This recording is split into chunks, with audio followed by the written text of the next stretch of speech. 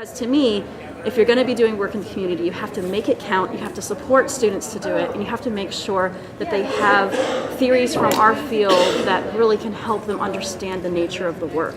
And so it becomes less of, oh, you poor people, I'm coming here to help you, but more of, okay, what do I have to learn from this process, and how do we meet with our community partners, equal partners, to build sort of a better, a better system for all of the people that we're working with. And I would say that the most important thing is to try to work incrementally or iteratively, and design, test, revise, so that you can work toward continual improvement.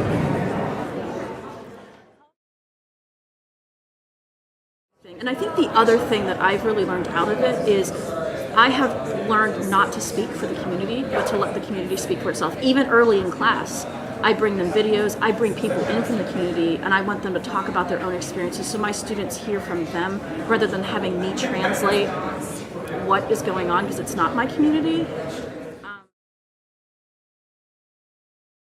I got involved into a cooperative model for publishing where my skills ended up basically being a teaching point for activists who didn't have certain production methodologies, technology, skill, training, materials, etc. So one of the things I really started trying to establish when I got into the social justice publishing was I started looking at these younger people who are working in the digital space and saying the digital space is great. It's good for organization, right? It's good for community building. It's good for a lot of things. It's good for active reactionary conversation. This happened today. We need to talk about it tonight. Let's go do this. But the truth of the matter is, and I just literally said this by putting books in people's hands, when I give you a book, when I give you a pamphlet, when I give you a newspaper, when I give you something that you look at and go, that took 300 hours to manufacture, it has an immediate use value above and beyond the text within it. And if I give you the exact same text on a blog post or in a journal, you value those things differently. We shouldn't, but we do. And so part of what social activist publishing is about, the physical act of publishing, is about exploiting the psychological desire for material goods, right? And creating texts that lend validity to the pursuit of social justice.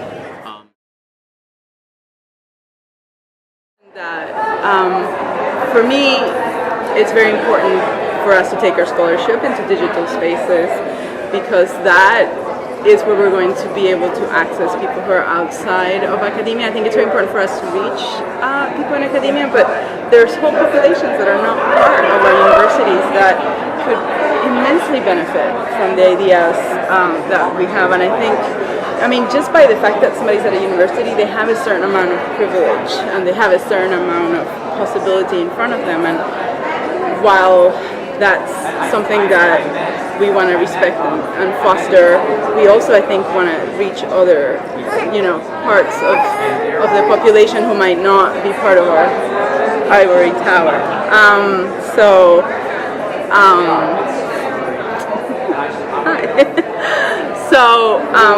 I think by taking our work into digital places and by doing work that crosses over beyond our academic conversations, we are going to be able to actually change the world in very powerful ways. In the world that I'm living as a scholar, this is a possibility for me.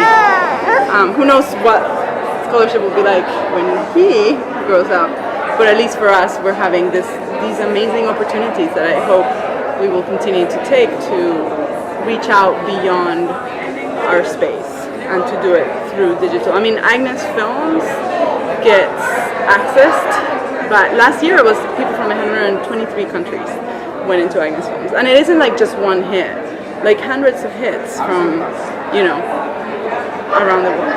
And to me, that's profoundly powerful. And it's part of what social justice looks like in 2015 for academics.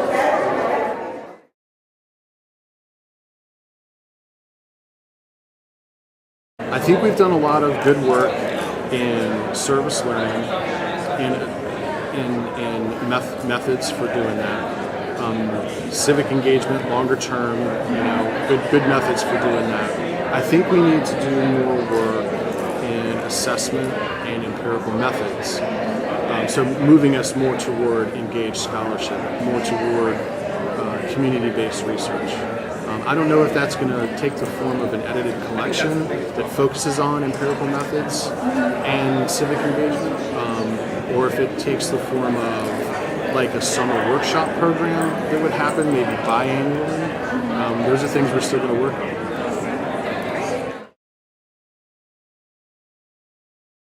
I think that there might be resources, at least for working with the kind of community I am.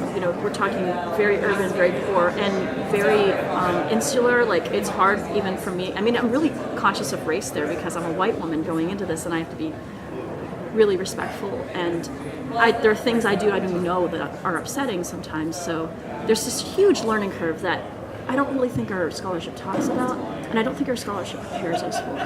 I'm still working out what that means and how to sort of convey that to the field. So, I mean, like that, I guess, like if you guys are going to do something, I would love to see a group of us that have done that kind of work kind of come together maybe. But that's something I've been thinking an awful lot about and trying to decide, like, how am I going to even address this and write about it. So if you know of anybody else who's working like in the same thing I'm kind of doing, I would love to connect with them and share stories. And so, yeah, thank you for doing this.